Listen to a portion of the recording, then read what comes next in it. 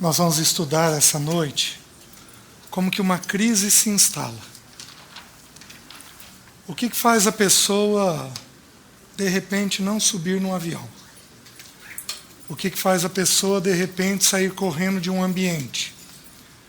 O que faz a pessoa, de repente, ter a certeza que está morrendo? De que alguma coisa está acontecendo com ela? Nós vamos dar uma olhada nas Escrituras. As Escrituras, elas são perfeitas nisso.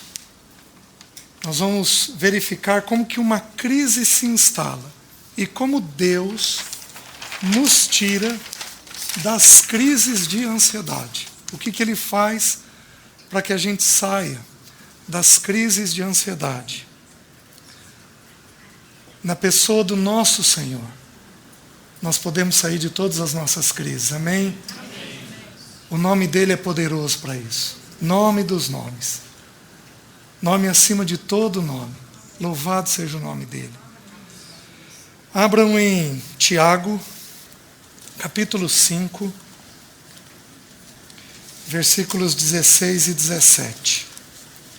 A palavra de Deus nos diz assim: Confessai, pois, os vossos pecados uns aos outros, e orai uns pelos outros, para serdes curados.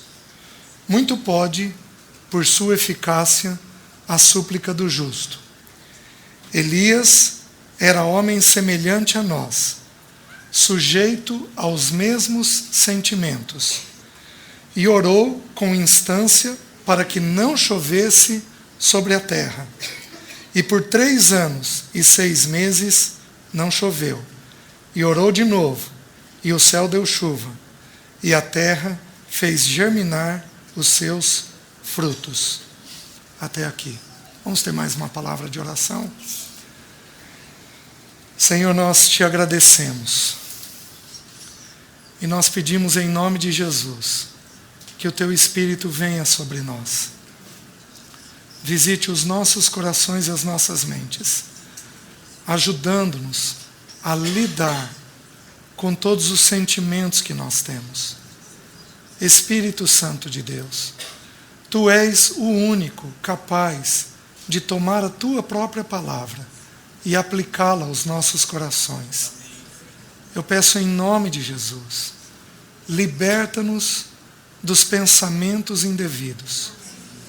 Liberta-nos dos afetos indevidos.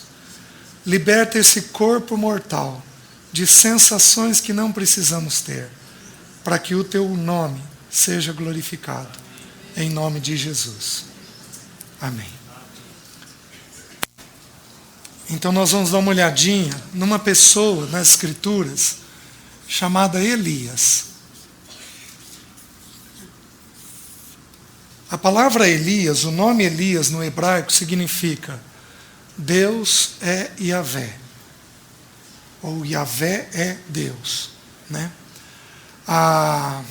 Elias é uma figura curiosa, ele não tem história. Nós não conhecemos, além da cidade de onde ele vem, nós não conhecemos muita coisa a respeito da pessoa dele, né? Ele, de repente, aparece na história. Do mesmo jeito que ele aparece, ele é tomado por um redemoinho e ele é arrebatado. Nas Escrituras só existem 2 homens em toda a Bíblia. Nós só temos 2 homens que foram arrebatados. Enoque, que andou com Deus, e Elias. Nós supomos que para uma pessoa ser arrebatada, esse mundo já não comporta mais ela. Enoque andou tanto com Deus que ele não tinha mais espaço para viver aqui. Então a gente supõe que Elias andou tanto com Deus que ele não encontrava mais forma de viver nessa terra. O que Deus fez? Deus o tomou para si. Então, do mesmo jeito que a entrada dele é surpreendente, a saída dele nos é surpreendente. Ele entra rápido, sem história, e ele sai rápido num redemoinho, arrebatado aos céus. Só que a palavra de Deus diz assim, no texto que nós lemos: Elias era homem semelhante a nós. Você imagina que um homem arrebatado pode ser semelhante a você? Ou eu vou fazer a pergunta de um jeito mais adequado. Você imagina que você pode ser comparado a um homem arrebatado? Não tem condições. Só que, assim como o nosso Senhor Jesus, todos nós somos irmãos mais novos de um irmão mais velho, e ele é o modelo para nós. O Senhor toma nas Escrituras figuras, tanto no Velho quanto no Novo Testamento, para nós irmos tendo como referência. A referência de Elias é: Elias era homem semelhante a nós, sujeito aos mesmos sentimentos. Nós vamos aplicar aquela regrinha. Vocês lembram a regrinha de ontem? PEC. P é pensamento, E é emoção e C é corpo. Certo? Nós vamos aplicar aquela regra de ontem à imagem de Elias, à história de Elias. Olha o que a Bíblia está dizendo. Elias era homem semelhante a nós, sujeito às mesmas emoções, os mesmos afetos. A palavra sentimento, no grego, ela significa alguém que sofre o mesmo que outro. Alguém que sofre o mesmo que outro. Significa um conjunto de afetos e emoções idêntica ao outro. Ou seja, todos os afetos e emoções que nós temos são encontrados em Elias. Ele é a figura que Deus toma e nos ensina a lidar com as nossas crises de ordem emocional. Vocês estão entendendo? Todos nós as temos. Nós vivemos num país tropical. Os países dos trópicos, eles são países mais carregados nas emoções. Os países gelados, de invernos rigorosos, eles carregam muito na racionalidade. Vocês estão entendendo? São países mais pesados na razão. Eles impedem, é da história, é da cultura. Nós, nos trópicos, temos pensamentos e emoções. Os países mais gelados têm pensamentos e emoções. Só que nos trópicos nós carregamos mais na emoção. Eles carregam mais no pensamento. Certo? Ambos são importantes. Ambos precisam estar sujeitos ao governo do Senhor. Então, nós já entendemos desde ontem que toda emoção decorre do pensamento. Por que você sente o que você sente? Porque você andou pensando alguma coisa. Tem irmãos aqui, irmãs tristes. É uma emoção a tristeza. Tem irmãos com raiva. É uma emoção que os irmãos estão tendo.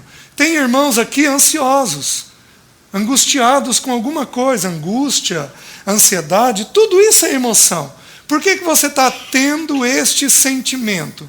Você está tendo esse sentimento porque você andou sem perceber, porque via de regra a gente não percebe, você andou pensando coisas que conduzem você a essas emoções. Os irmãos estão conseguindo entender? Então a Bíblia, ela pede para eu fazer o quê?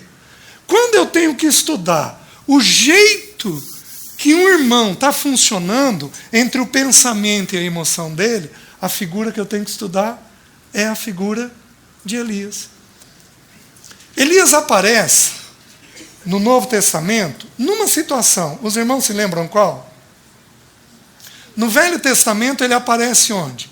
Ele aparece em 1 Reis 17 e ele vai embora em 2 Reis capítulo 2. Ele aparece e desaparece. Uma história curta e rápida. alguns poucos capítulos mencionam Elias. Elias andou com Deus. Por que a história dele é contada tão rapidamente? Porque ele andou com Deus. Por que a história de Jacó é tão extensa?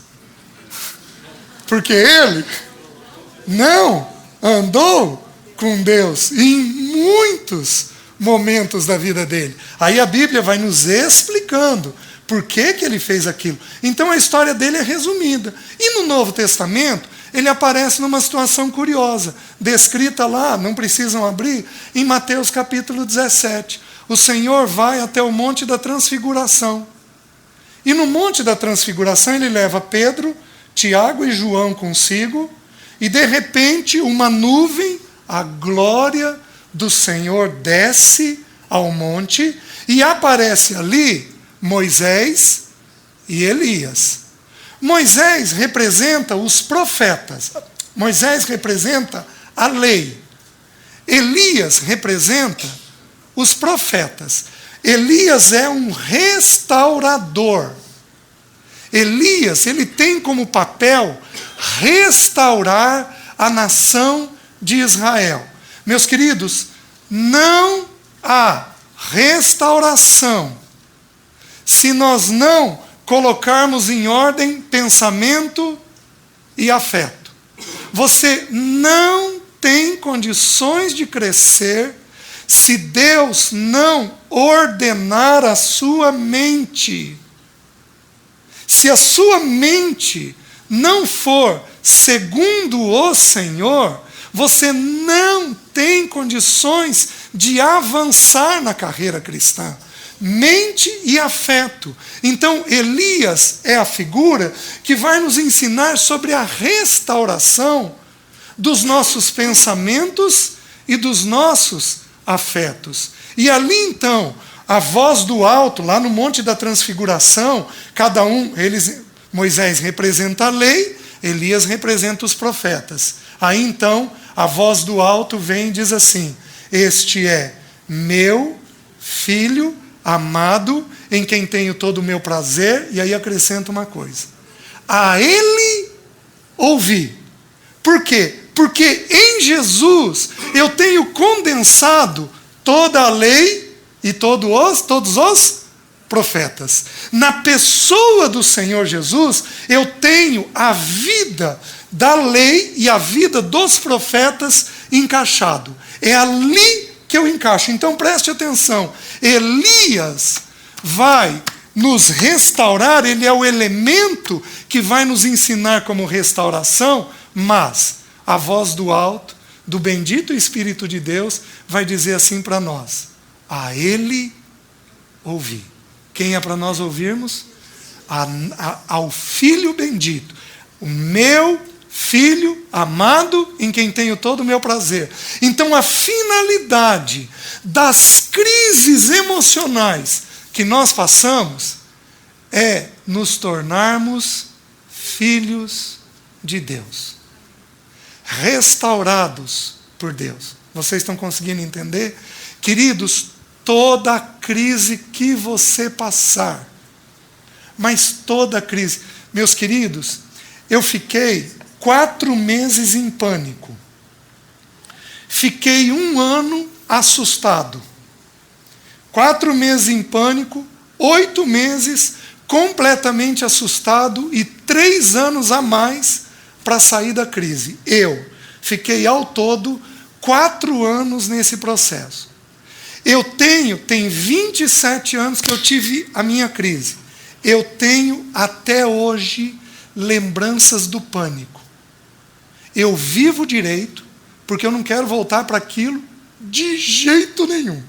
Só entende uma crise de ansiedade quem passou. Porque você não tem nada, mas você ao mesmo tempo tem tudo. Você morre de tudo quanto é doença possível e imaginária. Aqueles que têm pânico, por exemplo, de doença, como eu compartilhei com vocês mês passado. Você tem certeza absoluta que alguma tragédia está acontecendo com você ou com os seus. queridos, é desesperadora quando a crise se instala dentro de nós. E um homem que foi arrebatado teve uma crise dessa. Louvado seja o nome do Senhor. Deus tomou, Ele não tomou qualquer homem.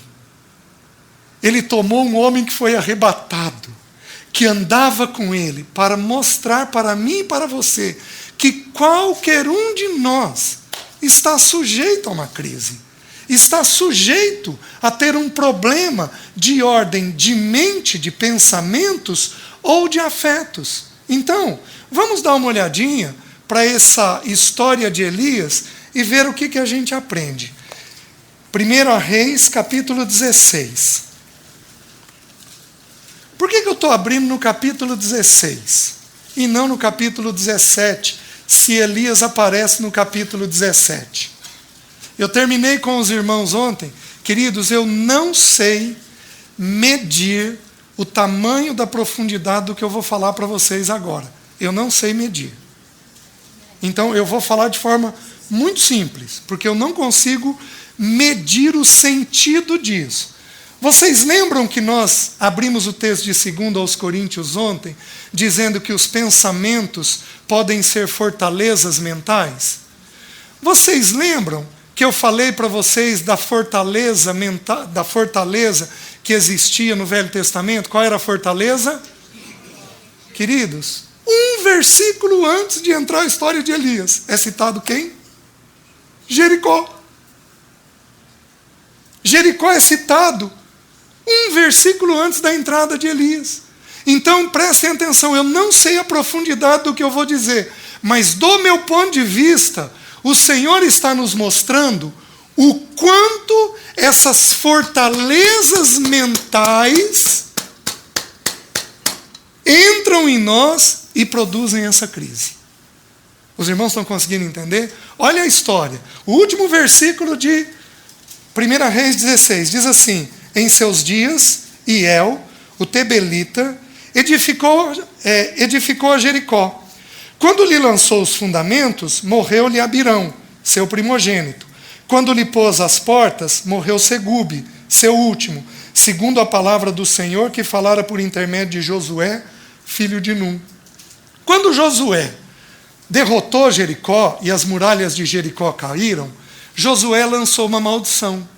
Josué disse assim: quem reedificar esta cidade perderá o seu primogênito e o seu mais novo. Josué fez isso, perto de 500 anos antes dessa história aqui agora, de 1 Reis. Então a profecia de Josué, 500 anos antes, acabou de se cumprir. Então, Jericó nos ensina sobre pensamentos enraizados, pensamentos fortalecidos, padrões, estilos de vida que nós adquirimos desde cedo, desde criança, com os nossos pais, com os nossos avós, com nossos tios, com amiguinhos, com brincadeiras indevidas, padrões mentais que entraram na nossa mente desde muito cedo na nossa história. Esses padrões mentais, se não forem vencidos, não há restauração.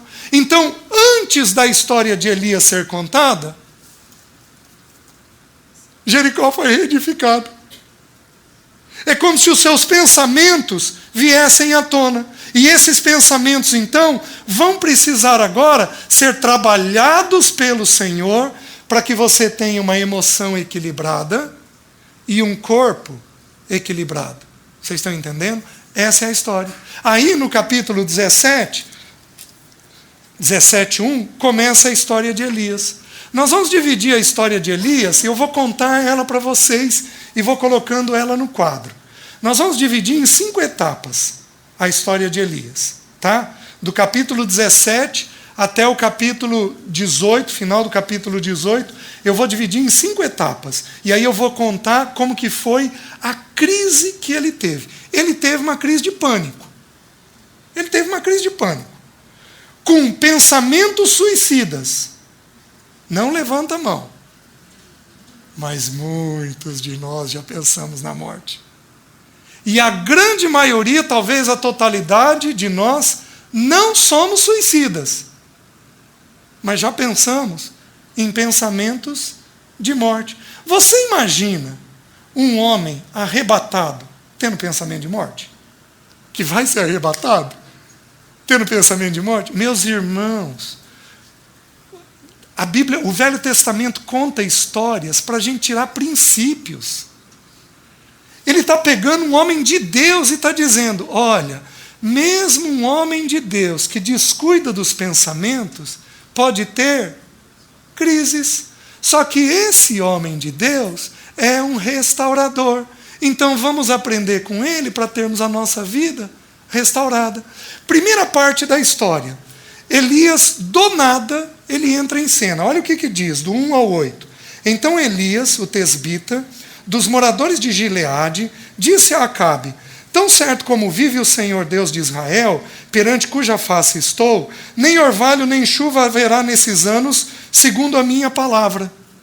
Elias virou, viu o tamanho da idolatria de Israel.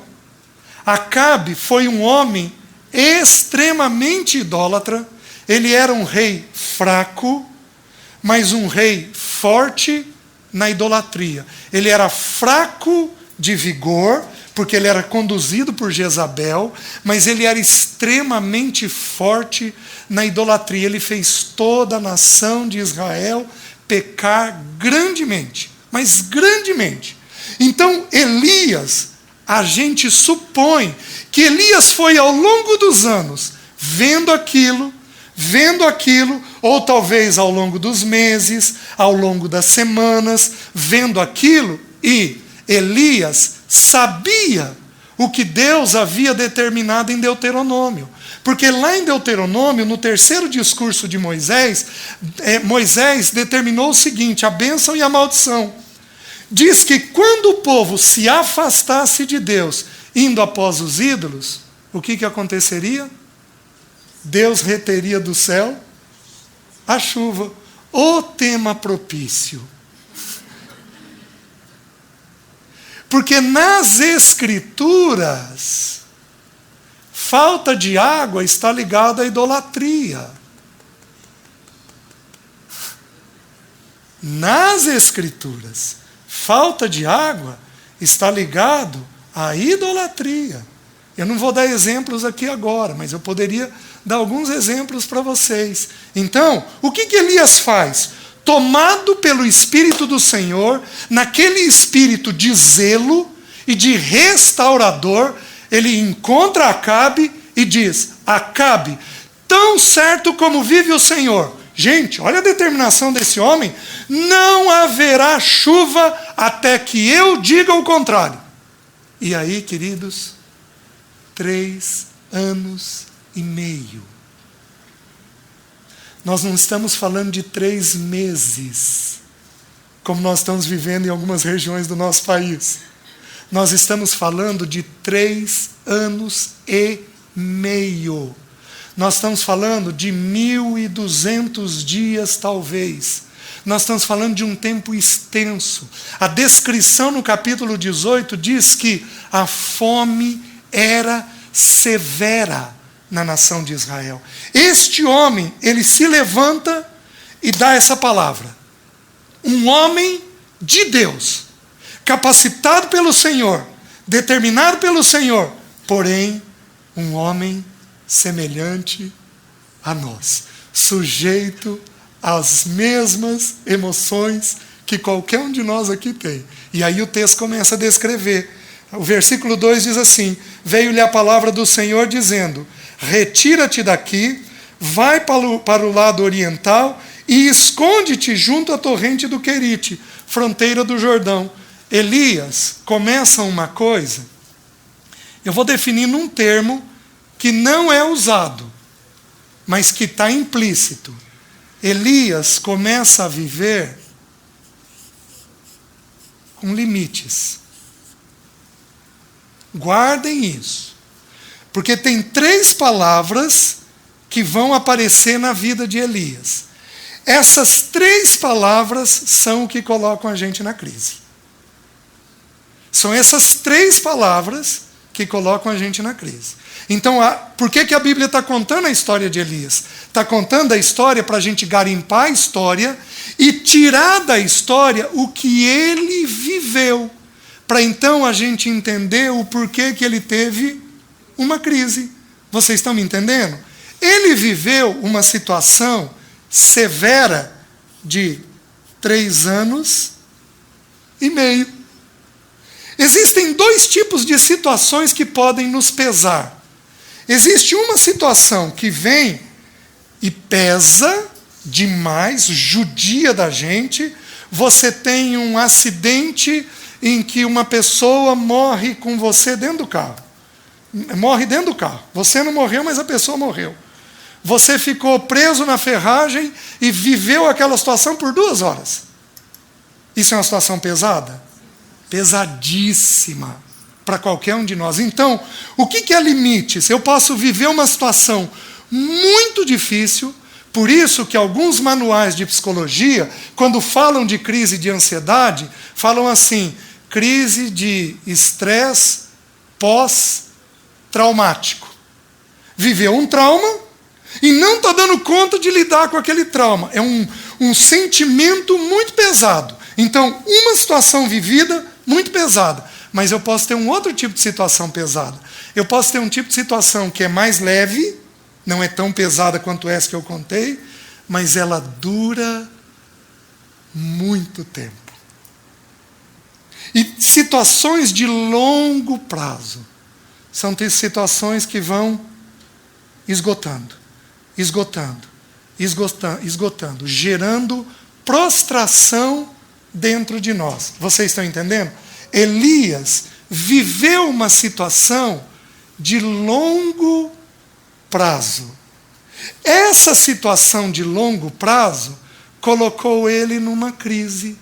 Ela não é suficiente para ter produzido, porque nele nós vamos ter outras 2 coisas que produzem para nós uma crise. Nós temos que lembrar o seguinte, a Bíblia diz assim, que nenhum de nós vive uma provação além das nossas forças. Então, nenhuma situação é suficiente para ser acima da minha força.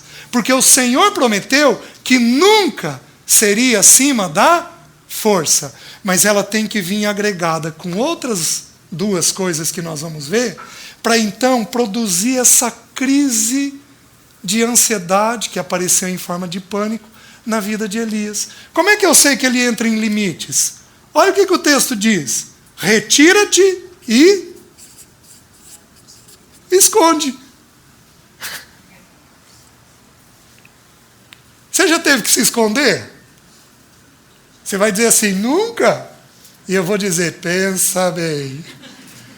Homem, você nunca se escondeu da tua mulher? Tendo que ter uma conversa que você não queria ter? Oh, quantas vezes a gente faz isso? Quantas vezes um filho se esconde dos pais? As mulheres aqui é menos pesada para elas, porque elas têm mais coragem de enfrentar as coisas, mas elas também têm os seus problemas, as suas incertezas. Ele teve que viver escondido, nós não sabemos o tempo que ele ficou na torrente do Querite, mas até ele aparecer para Acabe, foram 3 anos e meio. Porque ele aparece para Acabe e no dia seguinte encerram-se os 3 anos e meio. Então nós não sabemos, ele esteve em 2 lugares nesse período. Ele esteve na torrente do Querite e ele esteve com a viúva de Serepta. Então ele viveu essas 2 histórias marcantes e difíceis. Aqui ele viveu escondido. Tem uma certa pressão viver escondido? Você fica em estado de alerta imaginando que qualquer hora alguém pode te achar? Alguém pode te pegar? Meus queridos, ele era homem semelhante a nós, sujeito aos mesmos. A Bíblia está dizendo que como nós sentimos, ele sentiu. Então ele tinha essas sensações. E aí, ele é ali alimentado por corvos nessa torrente. Então ele passa um período e os corvos trazem de manhã e à tarde pão para ele. E ele bebe da água da torrente. Aí deixa eu te perguntar. Você acha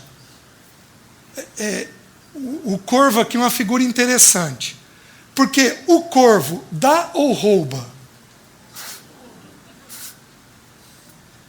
O corvo rouba. Deus mudou a natureza do animal para fazer o animal dar para Elias. Agora, deixa eu te fazer uma pergunta. A sensação de ser alimentado por um animal que rouba e não dá, pode gerar uma incerteza? Pode gerar uma angústia? Deixa eu te perguntar, pai, se tivesse risco de faltar alimento na tua casa, onde tua cabeça ia parar? Você tem filhos pequenos. Onde tua cabeça ia parar?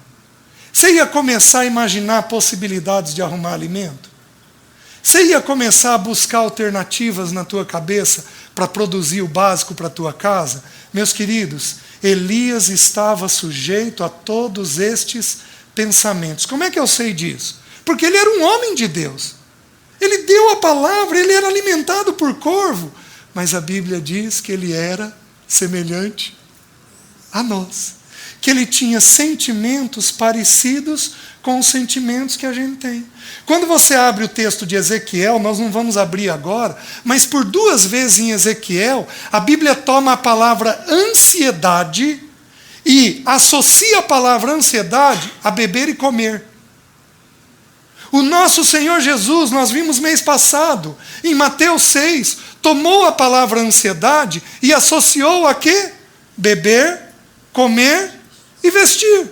Porque são coisas que produzem dentro de nós ansiedade. Tudo aquilo que é básico produz dentro de nós uma ansiedade mais intensa, mais forte. Os irmãos estão conseguindo entender? Elias estava sujeito a tudo isso. Mas isso não é suficiente para colocar uma pessoa em crise. Você tem suas lutas, você tem seus limites, você tem as coisas intensas ou aquelas mais gradativas, pesadas, todos nós as temos, mas elas ainda não são suficientes para nos colocar em crise. Mas agora vem a segunda história. Elias vai para Serepta. E ele chega na casa de uma viúva. E nós temos que lembrar que ele foi por quê? Porque acabou o pão e acabou a água. Ele vai de que forma? Lindo e feliz? Sorridente? Ele vai preocupado com a viúva? Ele vai esfomeado. Tanto que quando ele vê a viúva, ele diz assim: dá-me pão, dá-me água para beber, e logo depois ele diz: vai e pega um pouco de pão e traz na minha mão para que eu coma. Queridos, há quantos dias ele estava sem comer? Eu não sei. A Bíblia não deixa claro. Mas a Bíblia deixa claro na atitude dele que ele estava com necessidades físicas, básicas. E um homem de Deus nunca é desrespeitoso com uma viúva. E ele não foi. Mas ele foi apressado. Ele vira para essa viúva e pede água e pede pão. E aí a viúva começa a dizer para ele uma coisa curiosa. Lá no versículo 12. Porém ela respondeu: tão certo como vive o Senhor teu Deus, nada tenho cozido. Há somente um punhado de farinha numa panela e um pouco de azeite numa botija. E vês aqui, apanhei 2 cavacos e vou preparar esse resto de comida para mim e para meu filho. Comê-lo-emos e... ao limite. Ele é colocado diante do assunto da morte. É possível não ter água e não ter comida e não pensar na morte? Não tem jeito. Só que até então ele estava sozinho. Agora ele é apresentado diante de pessoas que estão dizendo o seguinte: eu e meu filho vamos morrer. Você já fez visita em hospital? Você já fez visita para paciente terminal? Você já acompanhou gente à beira da morte? Você já acompanhou gente ímpia à beira da morte? Pois deixa eu te dizer uma coisa. A morte não é um assunto fácil. A morte é o último inimigo a ser vencido. A morte, de acordo com Hebreus, produz pavor em todos nós. E Elias, então, antes ele estava escondido, agora ele é apresentado na mente dele, diante de um assunto dificílimo. Lembram ontem que eu citei para vocês João 16:5, quando Jesus fala da morte dele? Jesus diz assim para os discípulos: porque vos tenho dito isso sobre a minha morte, a tristeza encheu o vosso coração. Meus queridos, de que jeito vocês acham que Elias estava? Ele é um homem de Deus. E como homem de Deus, ele vira para a viúva e diz assim: não, vai lá e faz. Porque eu estou dizendo para você que não vai faltar farinha na botija, não vai faltar na panela, não vai faltar azeite na botija. E a mulher foi, pela fé, fez o pão para Elias, deu para Elias. Que lição de oferta! Que lição de oferta que essa viúva nos dá. Uma viúva prestes a ter o filho morto, ela e o filho, ela vai e oferta tudo o que ela tem, e o Senhor a visita, e não falta farinha na panela, nem azeite na botija, por causa da palavra que Elias tinha dado. Um homem de Deus misturado com sentimentos humanos, misturado com pressões humanas, um homem de Deus. Só que aí, o que acontece? O filho da viúva morre. De repente, o filho da viúva morre. E aí, olha o versículo. Versículo 17. Depois disto, adoeceu o filho da mulher, dona da casa, e a sua doença se agravou tanto que ela morreu. Então disse ela a Elias: que fiz eu, ó homem de Deus? Viestes a mim para trazeres à memória a minha iniquidade e matares o meu filho? Ele é acusado do quê? De fazer o filho da viúva morrer. Meus queridos, aquele filho pode ser fruto de um pecado. O fato é que ela visa e diz assim: você veio aqui para me trazer à memória o meu pecado e para mostrar para mim que eu sou culpada. Você está matando o meu filho. Ele é apresentado diante de uma situação chamada culpa. E quando uma pessoa está no limite, com culpa, aí ela já pôs um pé inteiro na crise. Não pôs os dois, porque falta mais um elemento. Mas ela já pôs um pé inteiro na crise. Culpa é um sentimento diabólico. Eu vou precisar ir devagar, e talvez a gente não complete agora à noite, mas eu vou devagar para fazer direitinho, tá? Eu preciso parar e fazer um parênteses sobre como lidar com culpa. O que é a culpa? É quando eu me sinto responsável por algo que ocorreu. Seja comigo mesmo, seja com outra pessoa. A culpa é um sentimento que ele é muito escravizante dentro de nós. E a culpa, ela vai contra o Espírito da graça. O bendito Espírito de Deus, a Bíblia diz que ele é Espírito da graça. A culpa vai contra a graça perdoadora, a graça que nos acolhe como somos, a graça que perdoa a multidão dos pecados que nós temos, a graça que nos coloca com responsabilidade diante desta vida. Esta graça, ela é bendita diante do Senhor. Quando Deus vem, vocês lembram do pecado da Jéssica ontem? Você lembra, Jéssica? Lembra? Ainda se sente culpada? Já não está culpada. Então, deixa eu ensinar para vocês como é que Satanás vira e faz. Abram em Apocalipse, capítulo 12. Versículo 10. Diz assim: então ouvi grande voz do céu proclamando: agora veio a salvação, o poder, o reino do nosso Deus e a autoridade do seu Cristo, pois foi expulso o acusador de nossos irmãos, o mesmo que nos acusa de dia e de noite diante do nosso Deus. Eles, pois, o venceram por causa do sangue do Cordeiro. Graça, justificação. Como nós precisamos entender o conceito de justificação pela fé. Meus queridos, este conceito, ele toca muito na emoção. O conceito de justificação pela fé. Então, o que o diabo faz? Pega o pecado da Jéssica, que ela cometeu ontem, e dá um jeitinho de acusá-la dia e noite, diante de Deus. E, particularmente, eu acredito que diante dela. Aí levanta uma viúva que vira e diz: você matou meu filho.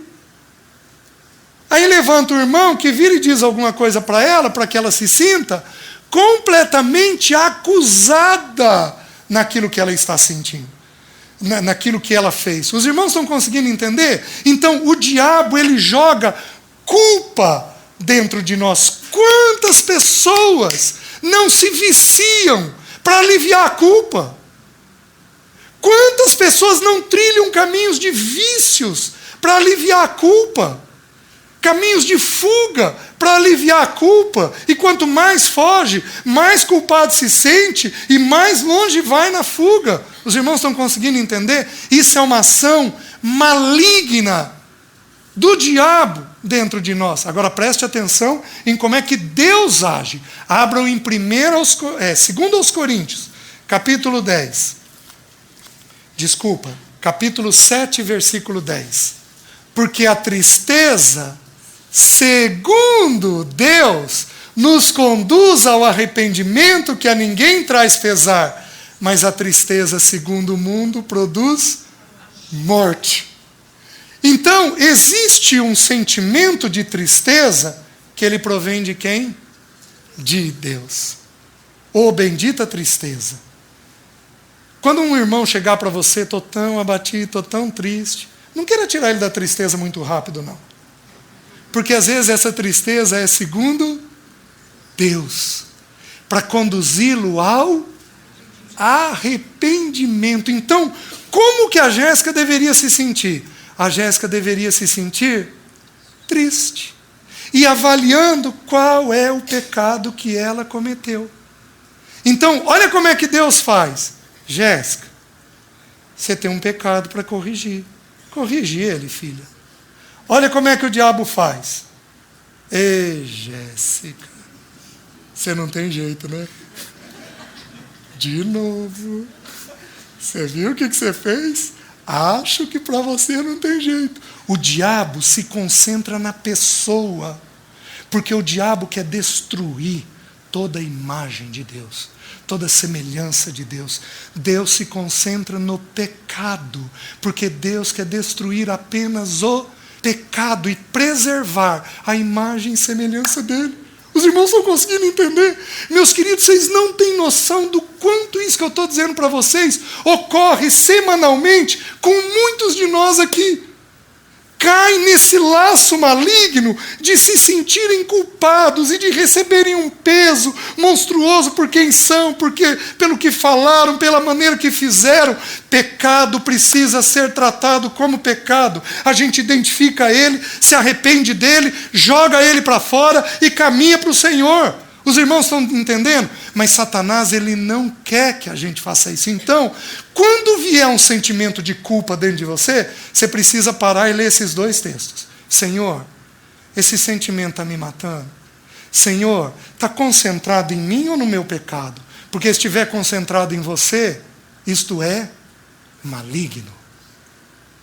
Quando é de Deus, vem uma doce tristeza, uma santa tristeza, que me conduz ao arrependimento.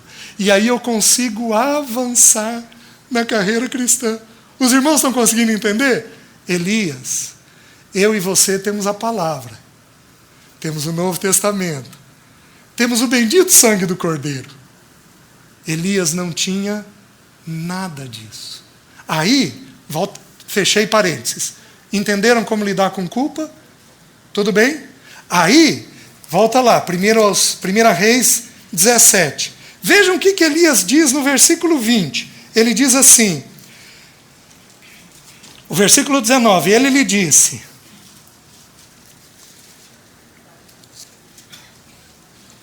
dá-me o teu filho. Tomou dos braços dela. Você já pegou algum morto no braço? Eu já.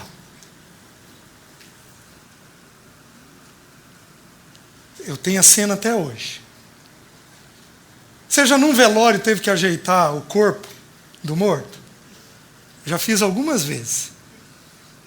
Você se depara com a morte de um jeito cruel. Elias pega o filho da viúva no braço. Dá-me o teu filho. Tomou dos braços dela e o levou para cima ao quarto onde ele mesmo se hospedava e o deitou em sua cama. Então clamou ao Senhor e disse: ó Senhor, meu Deus, também até a esta viúva, com quem me hospedo, afligiste, matando-lhe o filho? Você está ouvindo o jeito que ele falou? Senhor, eu sou um Midas ao contrário. Tudo que eu toco morre. Eu disse que não ia ter chuva e todas as coisas começaram a morrer. Eu venho para a casa dessa viúva e o filho da viúva morre. Senhor, parece que tudo que eu toco dá errado. Você já teve esse sentimento? Elias está dizendo algo muito parecido. A palavra afligiste no hebraico significa despedaçar, quebrar, ser ruim. Queridos, o que ele diz? Senhor, o Senhor afligiu, o Senhor foi ruim. Olha o pensamento que ele estava tendo. O Senhor despedaçou essa mulher. Meus queridos, aqui dentro, um homem como eu e como você, mas no espírito dele, ele deita aquele menino na cama e ora ao Senhor. E o menino revive. E ele entrega novamente esse menino à mãe dele. Vocês estão vendo um homem de Deus e um homem semelhante a nós?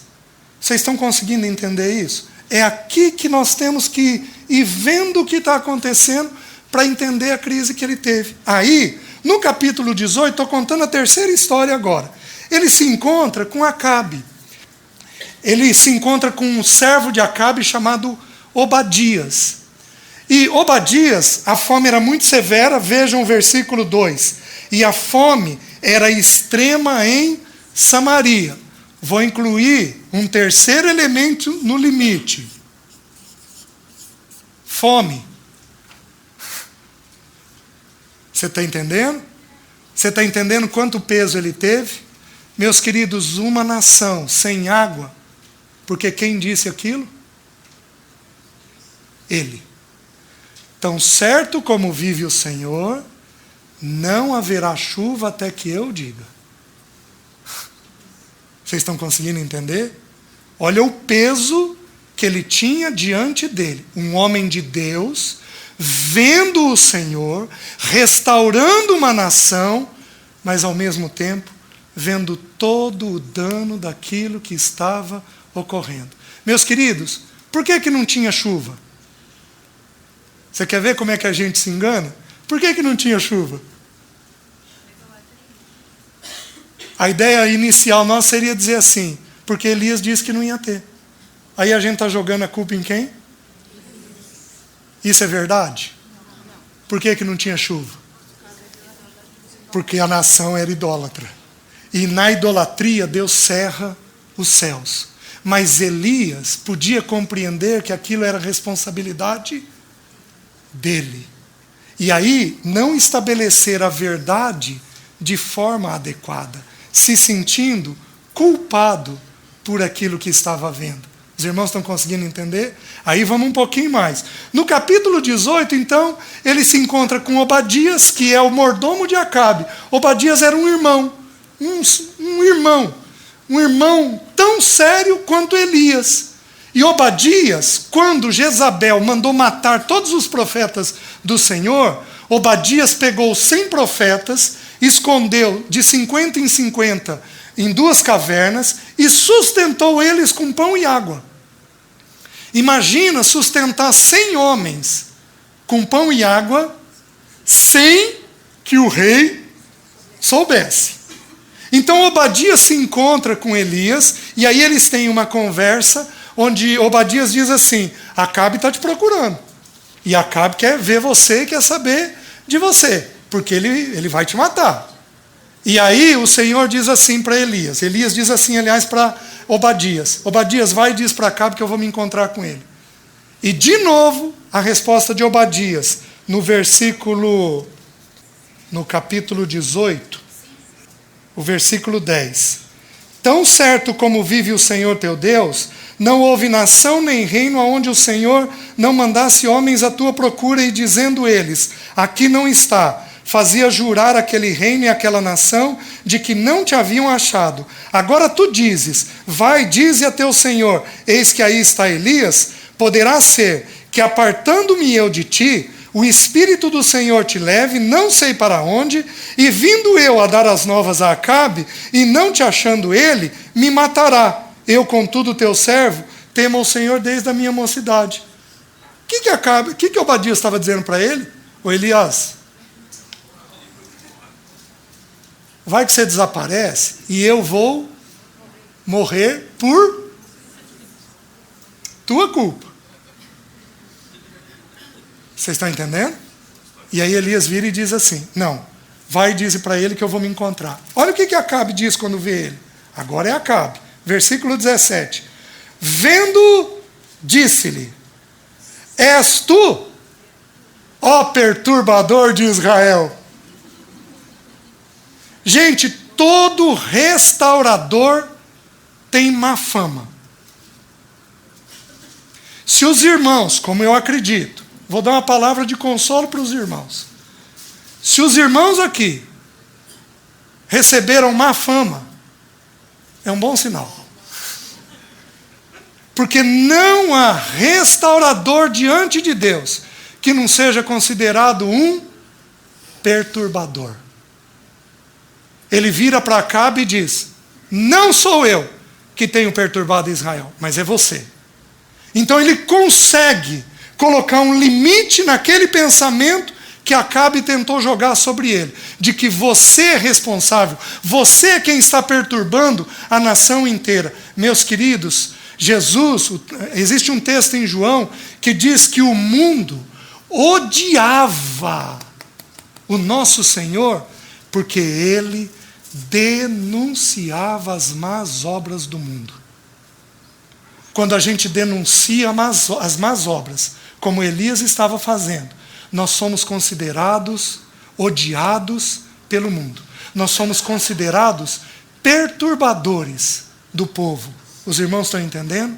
Acabe vira e diz isso para ele. Novamente, uma acusação sobre ele. Então ele vira e diz assim: Acabe, vamos fazer o seguinte, o versículo 19. Ajunta para mim amanhã, e aí o texto não dá clareza. Ajunta para mim amanhã 450 profetas de Baal, mais os 400 profetas de poste ídolo.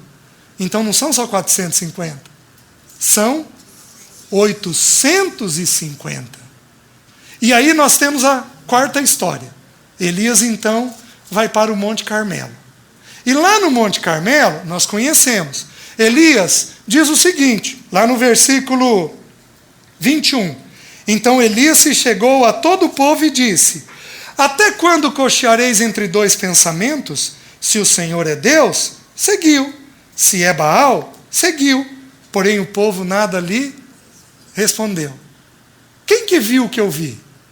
O que você viu nesse versículo? Eu já vou mostrar para vocês um versículo que deixa mais claro. Mas o que você viu nesse versículo que eu vi? Elias tinha uma expectativa de que algo acontecesse. E aí, de novo, eu preciso fazer um parênteses. Esperar o que Deus não vai te dar te adoece. Expectativa é diferente de esperança. Porque a esperança eu coloco em Deus. Senhor, eu espero que o Senhor um dia possa fazer tal e tal coisa. Mas, Senhor, faça segundo a tua vontade e não segundo a minha. A esperança é colocada em Deus. Agora, pois, permanecem a fé, o amor e a esperança. Nós somos o povo da esperança. Amém? Porque o nosso Deus é um Deus que age. Ele é um papai amoroso. Mas, queridos, expectativa não é colocada no Senhor. Determina tempo e forma. É em tal ocasião, de tal jeito, que vai acontecer. E se Deus disse que não é naquele tempo e naquela forma? O que acontece com o teu coração? Vocês lembram o texto de Provérbios ontem? A esperança que não vem faz adoecer o coração. Então a gente adoece por esperar algo que nós não vamos ter. Olhem o versículo 37. Quando então Elias pega, edifica o altar, joga água sobre o altar. Como é que eu começo a saber que Elias não está bem? Vejam o versículo 27. Ao meio-dia, Elias zombava. Zombaria é uma atitude, mas é uma atitude com sentimento. Ele estava agressivo. O zombador, ele é agressivo. Para vocês não crerem na minha palavra, abram em Provérbios, eu vou fazer um parênteses. Deixe-me lhes mostrar o versículo. Provérbios 24. 21, 24. Gente, ele é um homem de Deus. Mas olha o que o versículo está dizendo.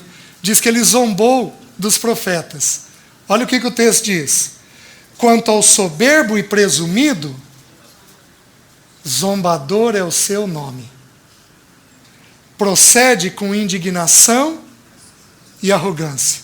Vocês estão vendo? Ele começa a dar sinais de que ele não está bem. Porque ele começa a ficar irônico. Pessoas irônicas são pessoas que dão tapa com luva de pelica. Gente que tem uma mente ágil, gente que tem um verbal rápido, dá um tapinha com luva de pelica, agride o outro com um sorrisinho no rosto. Mas aquilo é a agressão. É um sinal de que a pessoa não está bem. É o primeiro sinal que Elias dá de que ele está entrando numa crise. Quando ele começa a ter um destempero na forma de tratar. Meus queridos, nós temos que lembrar que ele é um homem de Deus. Não é natural para um homem de Deus ser zombador. Onde você viu o nosso Senhor zombar? Me apresenta um texto em que o nosso Senhor zombou. Ele enfrentou situações muito mais difíceis que Elias. Mas me apresenta um texto onde ele zombou. Por quê? Porque o nosso Senhor tinha as emoções dele completamente equilibradas. Os pensamentos dele não tinham essas coisas. Ele não tinha culpa nem expectativa fora da vontade do Senhor. Ele não se permitia isso. Por isso ele não tinha essa atitude de zombaria. Homens, nós muitas vezes temos isso. Algumas poucas irmãs aqui têm isso. E é grave. Essa zombaria, esse desrespeito. Isso é um pecado grave. E é um sinal de que nós não estamos ficando bem. Aí então, olha o que ele diz. Ele monta lá o altar, joga água sobre o altar, e aí ele diz assim, no versículo 36, no devido tempo, para se apresentar a oferta de manjares, aproximou-se o profeta Elias e disse: ó Deus de Abraão, de Isaque e de Israel, fique sabido, de Isaque e de Israel, fique hoje sabido que tu és Deus em Israel, e que eu sou teu servo, e que segundo a tua palavra fiz todas essas coisas. Responde-me, Senhor, responde-me, para que este povo saiba que tu és Senhor, és Deus, e que a ti fizeste retroceder o coração deles. Qual era a expectativa que ele tinha? O povo vai largar Baal e vai voltar para Deus. Vocês estão vendo a expectativa? Então, qual é uma das coisas que põe a gente em crise? Você mete na cabeça um pensamento, um projeto. E eu quero. E aí passa um mês, um ano, 5 anos e não acontece. Aí o que você faz? De repente, você tem uma sensação que vai morrer. Você vai subir num avião e tem uma crise de pânico. De repente, você acha que está infartando. De repente, você tem uma agorafobia, tem que sair daqui do ambiente. O problema não é o medo. O problema é que a expectativa não cumprida fez adoecer a tua emoção. Os irmãos estão conseguindo entender? Todos. Eu vou colocar uma coisa um pouco delicada. Todos nós ouvimos muito falar sobre sonhos. Vamos sonhar os sonhos de Deus para nós. Coisa linda. E alguns dizem, não, eu tenho sonho disso, daquilo outro, e eu vou pôr no papel e Deus vai cumprir os meus sonhos. Alguns espiritualizam mais, eu vou sonhar os sonhos de Deus para mim. Aí vamos lá. O que é mais fácil eu dizer? A palavra sonho ou a palavra vontade? A Bíblia fala do quê? Vontade de Deus. Mas a gente ameniza a cruz. E a gente torna a cruz um sonho. A gente torna, não, Deus é um papai tão querido, eu sonho isso, Ele vai me dar, eu desejo isso, mas me dê um texto bíblico. Mas eu vou dizer, o assunto é mais sério. O assunto não é uma questão de sonho, o assunto é uma questão de vontade. Não espere o que Deus não te falou. Porque isso é teu, isso não é dele. Esse negócio vai dar numa coisa ruim. Apesar de Elias ser um homem de Deus, ele determinou que a nação de Israel abandonaria os deuses estranhos e seguiria ao Senhor. A nação de Israel abandonou? Não. Mas 400 anos e pouquinho, Nabucodonosor levou a nação cativa. E só então é que Israel foi tratar a idolatria. Só que Elias nos é dado como um homem de Deus para mostrar como é que os nossos sentimentos, os nossos pensamentos podem nos levar e nos colocar em crise. Os irmãos estão conseguindo entender? A Bíblia está clara para vocês? Está tão claro para vocês quanto está para mim? Essas coisas aqui, que são esses os pensamentos que nós temos que tratar. Esses pensamentos aqui, culpa e expectativa, com limites, é o que nos coloca em crise. Meus irmãos, se parássemos para ouvir o Espírito Santo de Deus. E aí, não para aí, porque aí tem mais uma situação, a quinta história que Elias vive. O que Elias faz? Elias pega os 450, nós não sabemos se são só os 450 ou os 850, mas ele pega junto com o povo, pega os profetas de Baal, desce ao ribeiro e mata todos eles lá. Qual você acha que é a sensação de matar 450 pessoas? De novo, o assunto da morte envolve ele. De novo. Aí Elias se ajoelha, põe o rosto no joelho e começa a suplicar. E pede para o moço, vai e olha. Diz para Acabe assim, gente, um homem de Deus. Vira para Acabe e diz, aparelhe a carruagem porque eu já estou ouvindo barulho de chuva. E Acabe não fez nada. Aí ele começa a orar e ora as 6 vezes lá, 7 vezes, para o menino ir.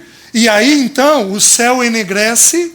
E aí ele diz para Acabe, Acabe, vai, porque vai cair grande chuva. Aí olha o que diz. Versículo 45. Dentro em pouco os céus se enegreceram com nuvens e vento e caiu grande chuva. Acabe subiu ao carro e foi para Jezreel. A mão do Senhor veio sobre Elias, o qual cingiu os lombos e correu adiante de Acabe, até a entrada de Jezreel. Vou falar de novo de limites. Ele correu, a mão do Senhor veio sobre ele. Isso é um fato. Mas ele correu mais que a carruagem real, 25 quilômetros. Qual é o efeito disso sobre o corpo? É uma verdade que a mão do Senhor estava sobre ele. Mas qual é o efeito disso? Meus queridos, o exagero físico, o exagero mental, trabalhar demais, trabalhar horas demais, estudar demais, varar madrugada, quebrar a rotina do corpo, isso daí é limites. Gente que não dorme. A pior coisa que pode existir para uma crise de ordem emocional, de ansiedade, é uma pessoa que não dorme. Porque não dormindo, você acelera o pensamento. Acelerando o pensamento, você agrava tudo o que está havendo aqui. Alguns dos irmãos entram em crise porque exageram no limite físico. Fazem coisas a nível físico que o corpo não suporta. Limites, culpa e expectativa nos coloca em crise. Fez sentido para os irmãos? De que jeito que a crise aparece? É um homem de Deus? Não vai chover. Não choveu. Os corvos o serviram. Ele orou pela viúva. A botija, a vasilha, não ficaram vazias nunca. Orou pelo filho. Esse filho foi restaurado. Fez o altar. Edificou o altar. Orou. E o Senhor o visitou. Visitou aquele altar com fogo. Consumiu o holocausto. Consumiu a lenha. Lambeu a água. Aquele fogo. Um homem de Deus orou para que a chuva voltasse. E a chuva voltou de forma intensa, abundante, como foi essa semana para nós. Voltou de forma abundante aquela chuva. Um homem de Deus. Porém, um homem com 3 coisas na mente dele: limites, culpa e expectativa. Olha o que acontece no dia seguinte. Matou 450 homens. Olha o que diz no dia seguinte. Capítulo 19, versículo 1. Acabe fez saber a Jezabel tudo quanto Elias havia feito, e como matara todos os profetas à espada. Então Jezabel mandou um mensageiro a Elias a dizer-lhe: façam-me os deuses como lhes aprouver, se amanhã a estas horas não fizer eu a tua vida, como fizeste a cada um deles. Temendo, pois, Elias. Meus queridos, ele teve medo do recado de uma mulher. Você acha que isso é normal? Ele tinha acabado de matar 450 profetas. Ele enfrentou o rei. Jezabel pega e manda um recado para ele. E de repente, da noite para o dia, ele é tomado por uma sensação de medo. Ele é tomado por uma crise de pânico. uma crise emocional, com o medo sendo destacado dentro dele. Isso não é natural, isso não é normal. Então tenta entender o que eu vou te falar. O problema não é o jeito que a crise aparece. O problema não era Jezabel. O problema era o limite, a culpa e a expectativa. Ele forçou demais. E aí então, uma crise foi instalada. Vocês estão conseguindo entender? Por que uma criança de repente tem crise de pânico?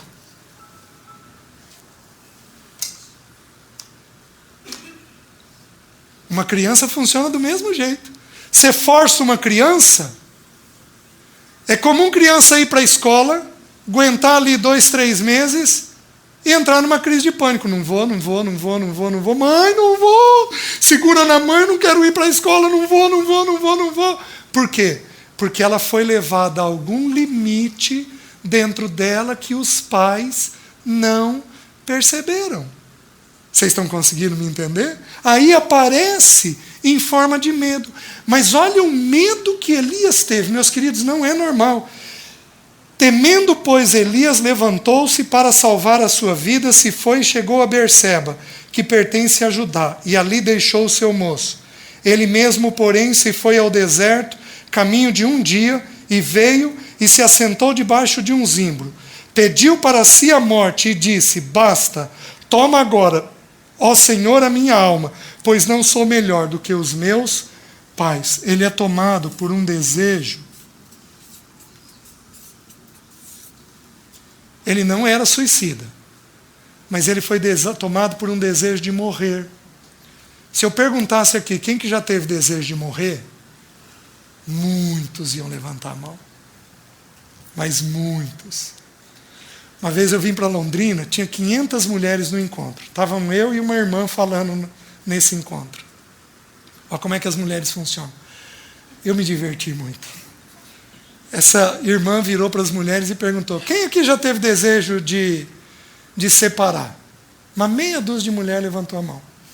Ela perguntou assim: quem aqui já teve desejo de enviuvar? A mulherada toda levantou a mão. Eu não vou perguntar. Por amor a nós, eu não vou perguntar. Mas presta atenção no que eu vou te falar. Quando a dor é extrema, a morte vira uma solução. Quando a dor é extrema, o pensamento de morte vira uma solução. A gente não tem pensamento suicida, mas a gente tem pensamento de alívio. Elias teve um pensamento de alívio. Senhor, está desesperador isso, eu não aguento mais isso. Senhor, me leva. Quantas mães com filhos problemáticos já não fizeram essa oração? Senhor, me leva. Eu não aguento mais ver a situação. Senhor, leva o meu filho. Eu não aguento mais ver a situação. Senhor, leva fulano, leva ciclano, me leva, porque a dor está muito intensa diante dessa situação. Meus queridos, isso é um sentimento normal, que tem que ser repreendido. Porque o único que tira a vida é o Senhor. Ele é Senhor de vivos e mortos. O único que toca em vida e morte é o nosso Senhor. Quando o pensamento vem, a gente, estou fazendo um parênteses de novo, a gente vira e diz assim: não, Senhor, não quero morrer não, mas eu quero saber lidar com a dor que me leva a ter a vontade de morrer. Vocês estão entendendo? É esse sentimento de alívio que levou Elias a ter pensamentos de morte. Então a crise dele apareceu em forma de medo. Os irmãos estão entendendo? O que o Senhor faz? E aí tem mais uma curiosidade. Elias se compara aos pais, comparação. Não sou melhor que meus pais. Meus queridos, a comparação só serve para 2 coisas: pôr alguém acima e alguém abaixo. Me diz um versículo bíblico que o nosso Senhor Jesus tenha se comparado. Um versículo bíblico que Jesus comparou um discípulo a outro. O Senhor nunca compara. Porque a comparação, ela é maligna. Serve para colocar alguém acima e alguém abaixo. Elias se colocou de que jeito? Não sou melhor que meus pais. Ele se sentiu diminuído. Lembra o quadro de ontem, os pensamentos negativos, gerando todos aqueles sentimentos? Vocês estão conseguindo ver isso daqui em Elias? É assim que a crise se instala. E o que Deus faz? E com isso eu encerro. O que Deus faz para nos tirar da crise? Elias tem mais uma curiosidade. Elias deixa o moço e fica. Porque na crise a gente tem a sensação de que a gente é só. Ninguém compreende a gente. Ninguém compreende. Meus queridos, quando a crise entrou em mim, eu tive vários medos, como eu falei para vocês. O primeiro medo, vou ser enterrado vivo. O segundo, não vou dar conta de sustentar a casa. O terceiro, vou perder tudo que eu tenho. O quarto, tenho um tumor na cabeça. Sabia o ponto do tumor. Você vê como é que a crise é fantasiosa. O quinto, vou enlouquecer. O sexto, vou me matar. Foram os 6 medos que eu tive na crise. A Leci foi uma companheira ímpar. Porque eu dormia sentado. Porque deitado, me lembrava que eu ia ser enterrado vivo. Então eu tentava dormir sentado. Quantas vezes acordei no meio da noite chorando. Leci, por favor, não me deixe ser enterrado vivo, Leci. Leci, por favor, não me deixe ser enterrado vivo, Leci. Essa é a sensação de Elias. Não, eu não quero morrer por essa mulher, eu não quero morrer por essa mulher. Não, eu vou perder, meu Deus, eu vou perder tudo. Meu Deus, no futuro vai me faltar. A gente é tomado por convicções. No medo, a gente supõe que algo vai acontecer de ruim, mas no pânico a gente tem certeza. Então a mente é tomada por uma convicção de que aquele algo ruim vai acontecer conosco e de que nós estamos completamente sozinhos. Cadê a filiação dele? Não existe. Ele não consegue se ver como pai. É uma verdade que nós temos no Novo Testamento. Ele não tinha. Mas ele não conseguia se ver como pai. Como que Deus tira ele da crise? Grave esses pontos. Porque é o jeito que Deus vai tirar você da crise. A primeira coisa. Deitou-se e dormiu debaixo do zimbro. Eis que um anjo tocou e lhe disse, levanta-te e come. Olhou ele e viu, 19:6, olhou ele e viu, junto à cabeceira, um pão cozido sobre pedras em brasas e uma botija de água. Comeu, bebeu e tornou a dormir. Voltou segunda vez o anjo do Senhor, tocou-lhe e disse-lhe, levanta-te e come, porque o caminho te será sobremodo longo. Meus queridos, a primeira providência de Deus foi cuidar do quê? Do corpo. E o anjo diz para ele assim, Elias, come, bebe e dorme. Porque o sono de forma adequada, ele desacelera o cérebro. O pensamento diminui. O sono é vital para o equilíbrio mental. Eu ouvi, eu não sei se é verdade ou não, eu ouvi que um americano resolveu fazer um experimento de viver sem dormir.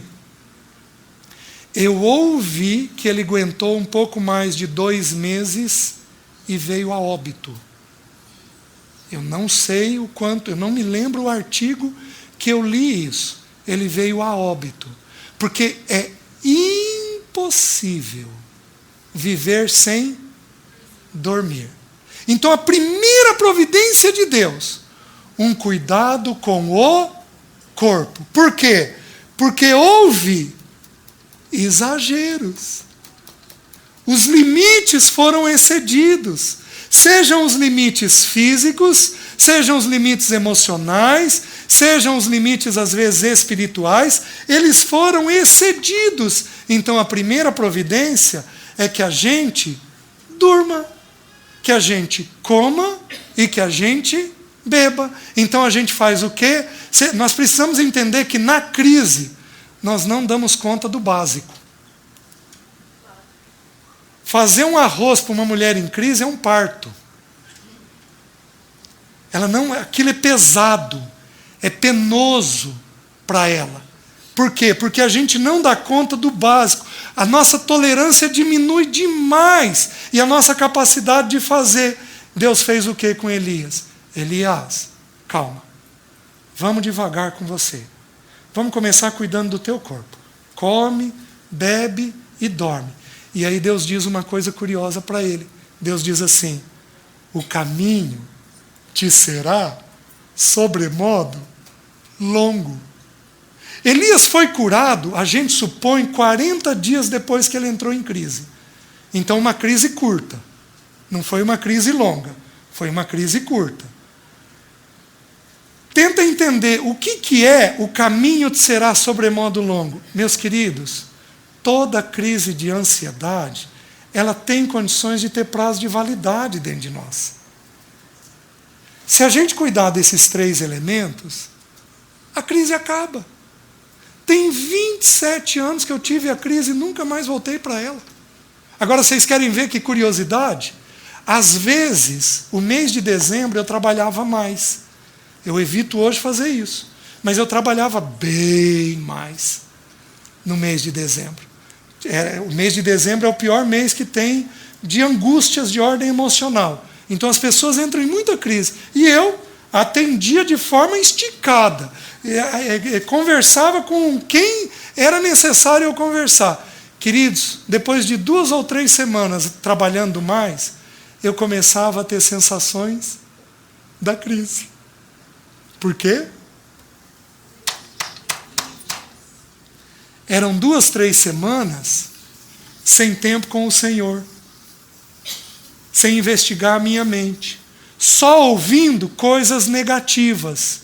Sobrecarregando a mente em demasia. O meu limite diz que eu não posso fazer isso. Se eu fizer isso, eu corro o risco de ter sensações novamente da crise. Vocês estão conseguindo entender? Então há um caminho, mas é um caminho que tem fim. Onde o Senhor vai encerrar. Então o primeiro passo, cuidar do corpo. O segundo passo, olha o que Deus, no versículo 8. Levantou-se, pois, comeu e bebeu, e com a comida daquela força caminhou 40 dias e 40 noites, até Horebe, o monte de Deus. Horebe é o monte Sinai. O monte Horebe é o monte Sinai, é um outro nome para o monte Sinai. Ali entrou numa caverna, onde passou a noite. Olha como é que Deus é curioso. E eis que lhe veio a palavra do Senhor e lhe disse.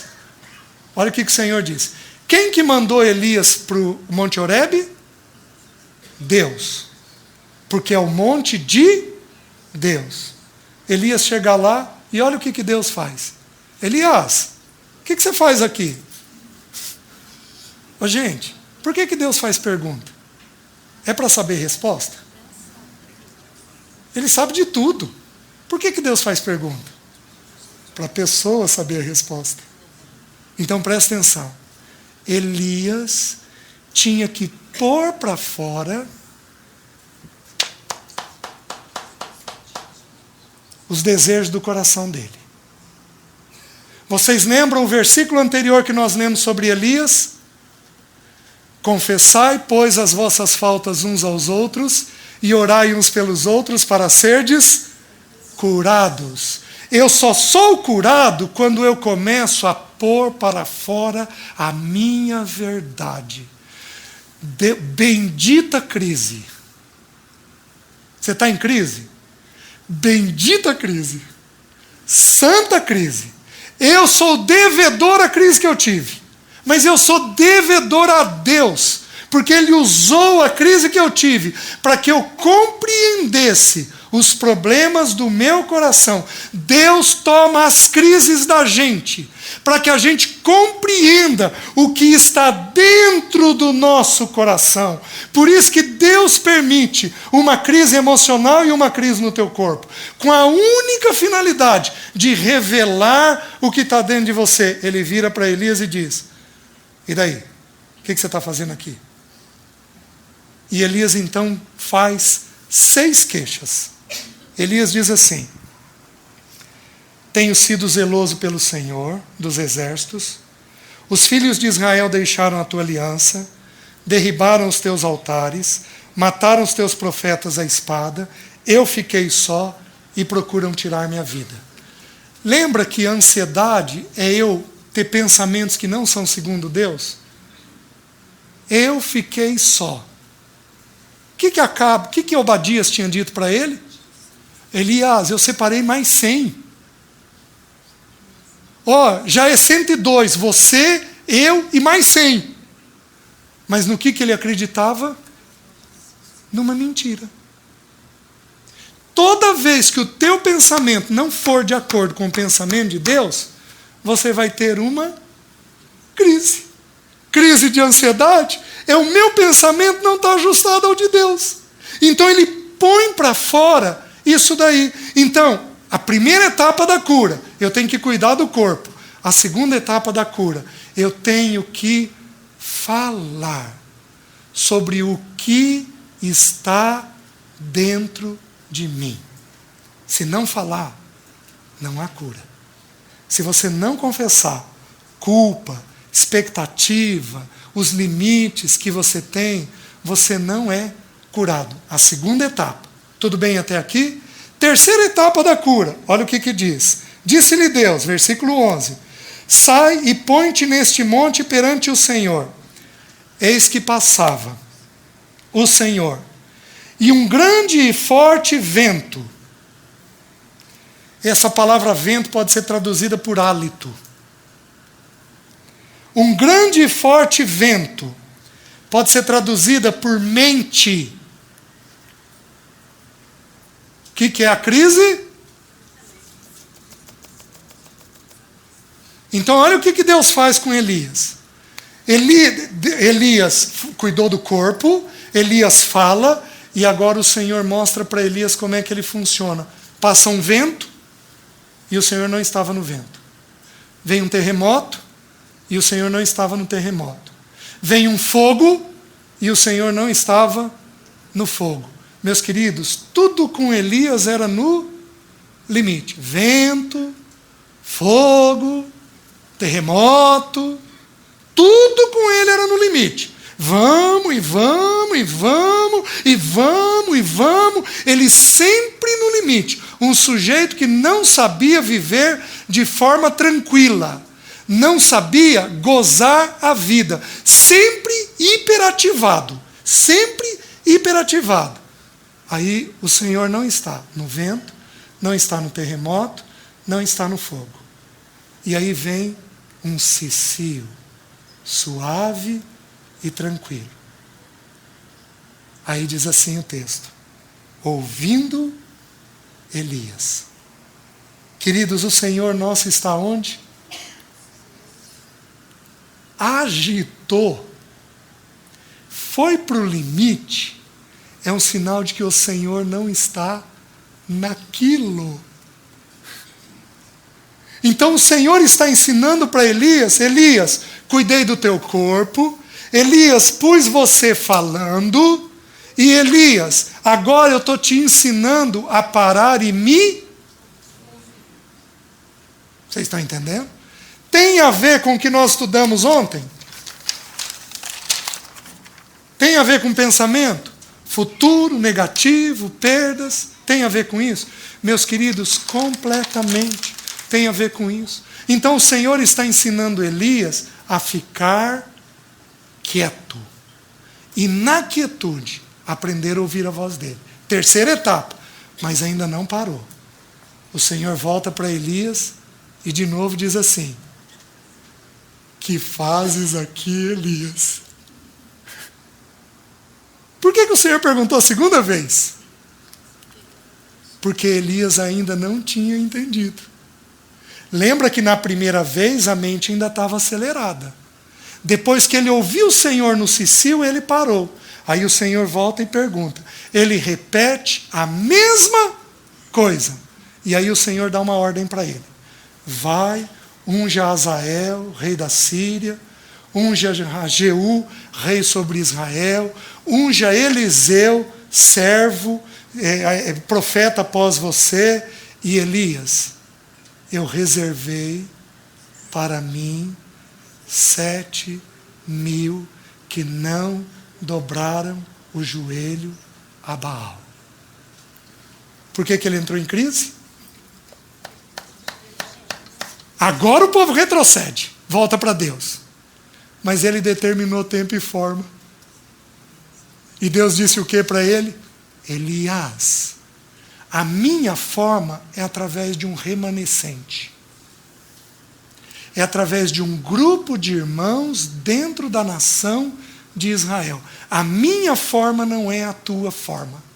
A minha forma é através de um pequeno grupo de irmãos que eu vou manter a minha lâmpada acesa continuamente na minha presença. Os irmãos estão entendendo? Elias então nunca mais teve crise. Por quê? Porque aí ele sujeitou a vontade dele à vontade do Senhor. O pensamento dele ao pensamento do Senhor. Os irmãos estão entendendo? Então, essas 4 etapas: cuidar do corpo, falar, ouvir a voz de Deus e novamente falar com Deus, até que a gente ouça a voz dele completamente sobre a nossa vida. Amém?